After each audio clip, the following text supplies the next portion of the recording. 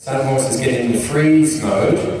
It's like, if I stand here and I'm just ignoring, but I become really alert, and if it gets worse, then I know I have to run away. So he's like sitting in the back of the classroom going, don't pick me, I don't know the answer. If this question gets harder, I'm just going to get out and run out of the classroom. And what we want to get him to do is say that he's looking for the right answer. When he finds it the first time, then he becomes the student that says, pick me, I know what to do in the body. Here he's saying, bloody hell, I have no idea what I should do here. This thing's waving in the air, and I'm tense in the body. And so in the beginning, when I start to rub him, it's not enough of a question. Not giving the answer is not the right answer. Standing there and rubbing him all day with the bag, it's not going to help. Because he's at a level where he's ignoring it. And then you get a pressure that he can't ignore, and then you see he doesn't know the answer because you get the explosion. So it's making sure that your tools are a test and asking questions where he's having to give a little bit the right answer. This is a great one for changing that posture when you get on. Get the head up and the ears back and the eyes back. And then he turns into a statue, and if I stand absolutely still, he'll go away. That's good. So he has to make that change from the pressure. And the quicker you are to release when he makes a little change, the quicker he is to make bigger and bigger changes. And then he's able to control himself in a higher and higher level of pressure. If he doesn't know what to do when this approaches him, then the whole horse, with much more movement, much more energy, much more presence, is going to be way too difficult. And then a little bit this side. So again, he's got that part in his brain that sets him automatic in the statue position. And then he's got to find the thinking part of his brain, not the protection part, that says, what else should I do in my body?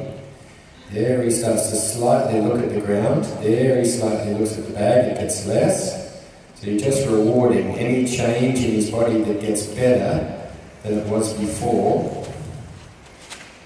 And it's a difficult thing to train in the beginning because you're getting no reaction, but there's a build-up of tension inside.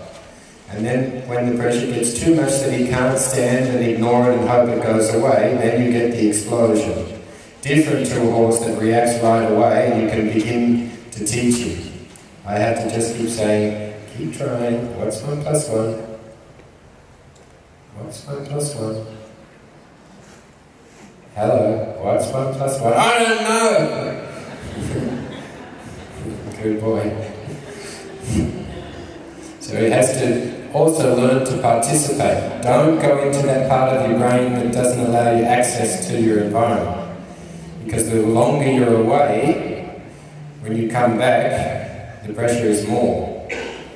So he has to learn to stay present.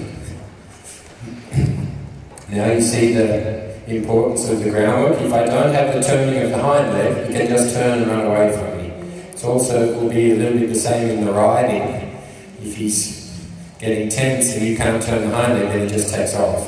And he spends the time getting the release by running away. And then when he gets slightly the release by running away, it proves to him, yes, running is the answer. You survived that situation because you ran away. So we want to avoid that. We want to avoid those situations where you don't have 100% control. If you don't have 100% control, and he slightly feels the release by spinning around and running, then it's working in the opposite direction. So the difficult part is you have to put enough pressure on that you get a reaction, not too much pressure that you lose control, and quit on the moment that he makes a slight bit of change in his body.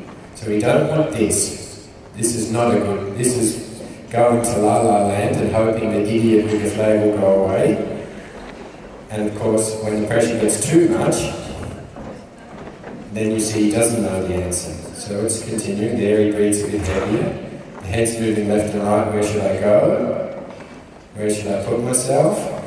And you want to try to be able to get the change in the horse quicker, so that he doesn't get used to it, that the tool doesn't become a useless training aid. So the fact that he looks to the right there, he goes out of that state. I reward him for going out of that state. That leads him into this.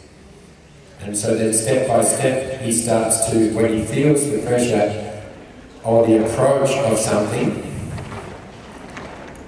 he's led quicker and quicker. At the moment he feels vulnerable putting his head down because there's something waving around his head.